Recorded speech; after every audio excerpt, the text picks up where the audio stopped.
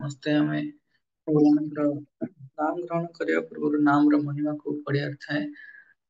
ତ ଆମେ ଶିକ୍ଷାଷ୍ଟକମ୍ କେବଲାଷ୍ଟକମ୍ ଦଶନାମ ଅପରାଧ ଶାସ୍ତ୍ରରେ ବର୍ଣ୍ଣନା କରାଯାଇଛନ୍ତି। ଦଶନାମ ଅପରାଧ କିଏ ଟିକେ ରିସାଇଟ୍ କରିବ ତାହେଲେ ଅପରାଧ ପ୍ରତି ସେ ସତର୍କ ହେଇପାରିବ।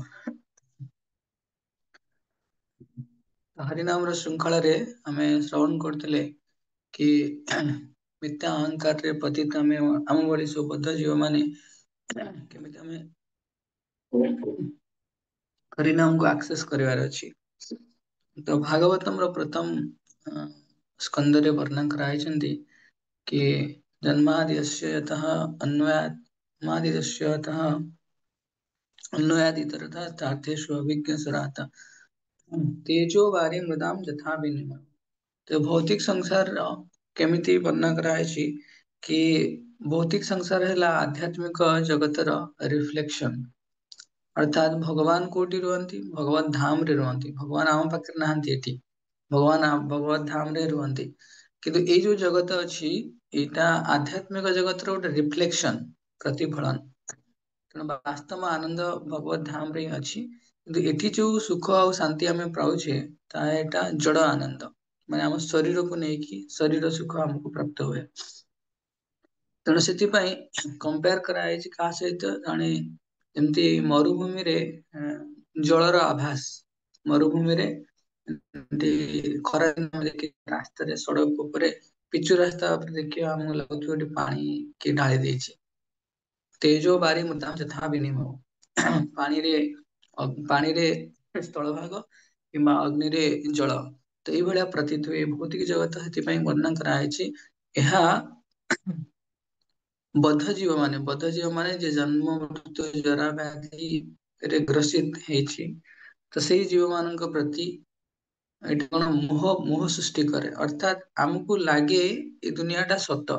ଆମକୁ ଲାଗେ ଏ ଦୁନିଆରେ ସୁଖ ଅଛି। ଆମକୁ ଲାଗେ କି ଏ ଦୁନିଆରେ ସବୁ ଜିନିଷ ବାସ୍ତବ ଜିନିଷ। ତ ବାସ୍ତବରେ ଭାଗବତମ କୁହନ୍ତି କି ଦୁନିଆ ଟା ସତ, କିନ୍ତୁ ଆମ ଭଳି ବଦ୍ଧ ଜୀବ ମାନଙ୍କୁ ମୋହରେ ପକେଇବା ପାଇଁ ଭଗବାନ ଏ ମାୟା ଶକ୍ତିର ରଚନା କରିଛନ୍ତି। ଆଉ ଏତେ ସୁନ୍ଦର ଭାବରେ ଏତେ ନିଖୁଣ ଭାବରେ ଭଗବାନ ବନେଇଛନ୍ତି ତାକି ଆମେ ବହୁତ ଜଲଦି ମୋହିତ ହେଇଯାଆନ୍ତି। ତେଜୋ ବାରି ମୁଦାମ ଯଥା ବିନିମୟ ଯତ୍ର ତ୍ରିସର୍ଗ ମୂଷା। କେମିତି ମୋହିତ ହେଇଯାଆନ୍ତି? ପ୍ରକୃତିର ତିନି ଗୁଣ ସତ୍ୱଗୁଣ, ରଜଗୁଣ, ତମଗୁଣ। ଏ ତିନିଟା ଗୁଣର ଭଗବାନ ବାସ୍ତବତାକୁ ମୋହିତ ଭାବରେ ବାସ୍ତବତାକୁ କେମିତି ଦର୍ଶନ ଥାନ୍ତି କି ମୋହିତ ହେଇକି ଦେଖାନ୍ତି। ମାନେ ଆମକୁ ମୋହିତ କରିଦିଅନ୍ତି। ଆମକୁ ଲାଗେ କି ଏ ଦୁନିଆଟା ହିଁ ବାସ୍ତବରେ ସତ, ଆଉ କିଛି ନୁହଁ। ଆଧ୍ୟାତ୍ମିକ ଜଗତ ବାସ୍ତବ ଜଗତ। ଏ ଜଗତ ଟା ବାସ୍ତବ ଜଗତର ପ୍ରତିଫଳନ। କିନ୍ତୁ ଆମକୁ ଲାଗେ ଏ ଦୁନିଆ ଟା ରିଅଲ ଲାଇଫ, ରିଅଲ। ତେଣୁ ସେଥିପାଇଁ ଯେତେବେଳେ ଜଣେ ବ୍ୟକ୍ତି ଭଗବାନଙ୍କର ନାମ ଗ୍ରହଣ କରେ ତାର ଭଗବାନଙ୍କ ସହିତ ପରିଚୟ ହୁଏ, ଶାସ୍ତ୍ର ସହିତ ପରିଚୟ ହୁଏ। ହରିନାମରେ ଚିନ୍ତାମଣିରେ ବର୍ଣ୍ଣନା କରାଯାଇଛି ଯଦି କିଏ ଶାସ୍ତ୍ରକୁ ଭଗବାନଙ୍କୁ ନ ମାନେ ତାହେଲେ ଚଳିବ। କିନ୍ତୁ ଚଳିବ ଇନ ଦ ସେନ୍ସ ସେ ଏତେ ଅପରାଧ ନାହିଁ। ଯଦି ଗୁରୁଙ୍କୁ ନ ମାନେ ତାହାକୁ କୁହାଯାଏ 10 ଲକ୍ଷ ଗୁଣ ଅପରାଧ ଲାଗିବ। ଯଦି ଶାସ୍ତ୍ରକୁ ଯଦି କିଏ ନ ମାନେ ତାହେଲେ ଗୁରୁଙ୍କୁ ଯେତିକି ଗୁରୁ ଅପରାଧ ଠାରୁ ଆହୁରି 10 ଲକ୍ଷ ଗୁଣ ଅପରାଧ ମିଳେ। ତେଣୁ ଶାସ୍ତ୍ରକୁ ମାନିବା ହିଁ ଆମର ବୈଦିକ ସଭ୍ୟତାରେ ଆସ୍ତିକ ବୋଲି କୁହାଯାଏ। ତେଣୁ ଶାସ୍ତ୍ରରେ ବର୍ଣ୍ଣନା ସେଥିପାଇଁ କରାଯାଇଛନ୍ତି କି ଯଦି କି ହରିନାମ ନଉଛି, ହରିନାମ ମାଧ୍ୟମରେ ଆମର ଭଗବାନଙ୍କ ସହିତ ପ୍ରଥମ ସାକ୍ଷାତକାର ହଉଛି। କିନ୍ତୁ ବେଳେ ବେଳେ ଆମେ ଯେତେବେଳେ ହରିନାମ ନିଅନ୍ତି ସେତେବେଳେ ଆମେ ଶୁଦ୍ଧ ନଥାନ୍ତି। କିନ୍ତୁ ହରିନାମ ର ପ୍ରଭାବ ଏତେ ସୁନ୍ଦର ଥାଏ କି ହରିନାମ କୌଣସି ଏକ ଆମ ଭଳି ଆମେ ଲୋ ଗ୍ରେଡେଡ ପ୍ରାକ୍ଟିସନର ଆମେ କହିପାରିବା। ସାଧକକୁ କଣ କରେ ଧୀରେ ଧୀରେ ଅପଲିଫ୍ଟ କରି ଯାଏ। କିନ୍ତୁ ହରିନାମ ନବା ସମୟରେ ଆମକୁ ବହୁତ ବାଧା ଆସେ। ଆମ ମନ ସ୍ଥିର ହୁଏନି। ଆମକୁ ଲାଗେ ଫଟ କିନି ହରିନାମ କରିଦେଇକି ଜପ ଟିକେ କରିଦେଇକି ଏତିକି ରାଉଣ୍ଡ କୁହାଯାଇଛି କରିଦେଇକି ମୁଁ କାମ କରିବି ବରଂ ଅଲଗା କିଛି କରିଦେବି କିନ୍ତୁ ଜପ ସ୍ପୃହା ଆସେନି। କାହିଁକି? ଜନ୍ମ ଜନ୍ମାନ୍ତର ହେଲେଣି ଆମେ ଆହାର ନିଦ୍ରା ଭୟ ମତନେ ପୁରା ଗ୍ରସିତ ହେଇକି ଅଛନ୍ତି। ତେଣୁ ଆଧ୍ୟାତ୍ମିକ ଜୀବନରେ ପ୍ରଚେଷ୍ଟା କରିବା ଆମର କଣ ଆମର କ୍ୟାରେକ୍ଟରରେ ହିଁ ରହୁନି। ଆମକୁ ଲାଗୁଛି କି ନାଇଁ ଆମେ ଘରର ଅଲଗା ସବୁ କାମ କରିବା, ପାଠ ପଢିବା, ଚାକିରୀ କରିବା, ମାନେ କିଛି ନ କରିବା ସବୁ ଏସବୁ ଜିନିଷରେ ଆମେ ଏକ୍ସପର୍ଟ ହଉଛନ୍ତି, କିନ୍ତୁ ହରିନାମ ନବା ଆଧ୍ୟାତ୍ମିକ ଜଗତରେ ପ୍ରଗତି କରିବା ପାଇଁ ଆମେ ଲକ୍ଷ୍ୟ ସ୍ଥିର କରିପାରୁନାହାନ୍ତି। ତ ଲକ୍ଷ୍ୟ ସ୍ଥିର କେମିତି ହବ? ତିନିଟା ଜିନିଷରେ ହବ। ଗୋଟେ ହେଲା ଜ୍ଞାନ ପ୍ରାପ୍ତି କରିବା, ଭଗବାନଙ୍କ ବିଷୟରେ ଆମେ ଶ୍ରବଣ କରିବା, ହରିନାମ ବିଷୟରେ ଶ୍ରବଣ କରିବା। ଦ୍ୱିତୀୟରେ ହେଲା ସାଧୁ ସଙ୍ଗ କରିବା। ସାଧୁ ସଙ୍ଗରେ ମୁଁ କହିଥିଲି, ସାଧୁ ସଙ୍ଗରେ ଆମେ ଶ୍ରବଣ କରିବା, ତାକୁ ଆକ୍ସେପ୍ଟ କରିବା, ଆଉ ପରିବର୍ତ୍ତନ ଆଣିବା ଜୀବନରେ। ପ୍ରତ୍ୟେକ ଦିନ ଆମକୁ ସାଧୁ ସଙ୍ଗର ପ୍ରଭାବରେ ପ୍ରତ୍ୟେକ ଦିନ ଆମକୁ କଣ ନୂତନ ଅବସର ପ୍ରାପ୍ତ ହୁଏ, ତାକି ଆମେ ଭଗବାନଙ୍କ ପ୍ରତି ଆହୁରି କ୍ଲୋଜ ଫିଲ୍ କରିବାର ଅଛି।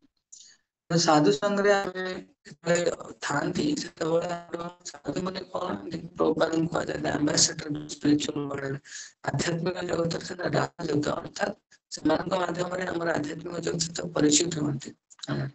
ତେଣୁ ସାଧୁ ସଙ୍ଗ କରିବାର ଅଛି, ଜ୍ଞାନ ପ୍ରାପ୍ତ କରିବାର ଅଛି ଶାସ୍ତ୍ରରୁ, ଆଉ ଅଭ୍ୟାସ ନିଜେ କରିବାର ଅଛି। ଆମେ ନିଜେ ଯଦି ପ୍ରାକ୍ଟିସ କରିବା, ହରିନାମ ମାଧ୍ୟମରେ ଜୀବନ ଗୋଟେ ମହତ୍ ଲକ୍ଷ୍ୟ ଅଛି। କାଲି ଜଣେ ଆମ ରୁମକୁ ଆସିଥିଲେ, ଛୋଟ ପିଲା, ଛୋଟ ନୁହଁ 25-26 ବର୍ଷର ପିଲା। ତ ସେ ଗୋଟିଏ ନିଷ୍ପତ୍ତି ନେଇକି ଆସିଛନ୍ତି କି ନାଇଁ, ମତେ ଯଦି ସେଇ ଯାହା ତାଙ୍କର ବାହାଘର ହବାର ଅଛି, ତ ସେଇ ଝିଅ ପିଲା ସହିତ ଯଦି ମୋର ବାହାଘର ନ କରେଇଦବ, ତାହେଲେ ମୁଁ ସୁଇସାଇଡ କରିଦେବି। ମୁଁ କଥା ହଉଥିଲି, ତ ଜୀବନରେ ସେମାନେ ଏତେ ଷ୍ଟ୍ରଙ୍ଗ ଏକ୍ଜିଟ ପଣ ହରେ ରଖିଛନ୍ତି କି କୃଷ୍ଣ ନାଇଁ ବାବୁଜୀ, ମତେ। ଦଣ୍ଡ ପ୍ରଣାମ। ଆରେ ବାବୁଜୀ ଭଏସ କଣ କ୍ଲିୟର ଆସୁନି। ଓକେ, ଏବେ ଆସୁନି ନା ଆଗରୁ ଆସୁନଥିଲା? ଓକେ, ତ ଶୁଣାଉଛି ଏବେ କି ସତ୍ୟବ୍ରତ ପ୍ରଭୁ? ଅନମ୍ୟୁଟ କରି ଖାଲି କହିଲ। ଆଜ୍ଞା ପ୍ରଭୁଜି, ଠିକ ଅଛି। ଓକେ, ବସ୍ ଗୋଟେ ସେକେଣ୍ଡ। ତ ମୁଁ କହୁଥିଲି, ଆମେ ଭୌତିକ ଜଗତରେ ଏତେ ଏକଜିତ ପଣ ଧରିକି ରଖିଛନ୍ତି, ଆମେ ଚାହାନ୍ତି କି ନାହିଁ ଶରୀର ଆଉ ମନକୁ ସୁଖ ଦେବା ପାଇଁ। ତ ବାସ୍ତବ ସୁଖ ତ ଆତ୍ମାର ଆନନ୍ଦରେ ହିଁ ଥାଏ। ତେଣୁ ଆମ ଆତ୍ମ ସୁଖ ପାଇଁ ଆମକୁ ପ୍ରଚେଷ୍ଟା କରିବାର ଅଛି। ଆଉ ହରିନାମ ହିଁ ଏକମାତ୍ର ସାର ଆଉ ଏକମାତ୍ର ମାଧ୍ୟମ। ସେଥିପାଇଁ ଆମକୁ ବହୁତ ନିଷ୍ଠାର ସହିତ ଲକ୍ଷ୍ୟକୁ ବୁଝିକି ପରିଶ୍ରମ କରିବାର ଅଛି। ଆଉ ହରିନାମ ମାଧ୍ୟମରେ, ହରିନାମ ଏକ କଳ୍ପ ବୃକ୍ଷ ଭଳିଆ। କଳ୍ପ ବୃକ୍ଷ ତ ବହୁତ କମ ପଡିଯିବ, ବହୁତ କିଛି ତ ଯାହା ଆମର ସମସ୍ତ ଆଧ୍ୟାତ୍ମିକ ଇଚ୍ଛାକୁ ପୂର୍ଣ୍ଣ କରିପାରିବ। ରିଏଲ କଣ୍ଟେନମେଣ୍ଟ ଅଫ ହାର୍ଟ କୁହାଯାଏ, ତାହା ଆମକୁ ପ୍ରାପ୍ତ ହେଇପାରିବ। ତା ପାଇଁ ଆମକୁ ପ୍ରଚେଷ୍ଟା କରିବା ଅଛି। ପ୍ରତ୍ୟେକ ଦିନ, ପ୍ରତ୍ୟେକ ମୁହୂର୍ତ୍ତରେ ଆମକୁ ଅନୁକ୍ଷଣୟ ଆଦରାତ ଅନୁଦିନାତ କୁହାଯାଏ। ଆଦରାତ ମାନେ ଆଦର ସହକାରେ ହରିନାମ ନେବାର ଅଛି, ପ୍ରାର୍ଥନା କରିବା ଅଛି, ହରିନାମ ହରିନାମ ଜଣେ ବ୍ୟକ୍ତି, ଆଉ ଭଗବାନ କୃଷ୍ଣ ନିଜେ, ହେ ହରିନାମ ମତେ ଆପଣ କୃପା କରନ୍ତୁ, ମୋ ପ୍ରତି ସଦୟ ହୁଅନ୍ତୁ, ତାକି ମୁଁ ଆପଣଙ୍କୁ ଗ୍ରହଣ କରିପାରେ ମୋ ହୃଦୟରେ।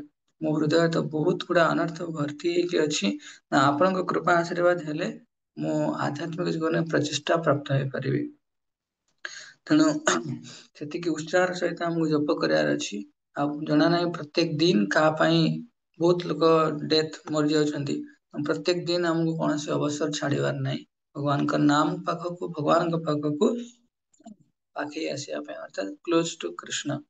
ସେଥିପାଇଁ ଗୋଟେ ଟର୍ମ ଥାଏ, ପ୍ରୋକ୍ସିମିଟି ଅଫ ଦ ହୋଲି ନେମ। ପ୍ରୋକ୍ସିମିଟି ମାନେ ଭଗବାନଙ୍କର ପାଖରେ ଆମେ ଏମତି ଲାଗି ଲାଗି ବସନ୍ତିନି, ସେମିତି ଭଗବାନଙ୍କ ପାଖରେ ଆମକୁ ପହଞ୍ଚିବାର ଅଛି। ହରିନାମକୁ ଆପଣେଇବାର ଅଛି, ତାହେଲେ ଆମେ ମଣିଷ ଜୀବନ ସାର୍ଥକ ହେଇପାରିବ।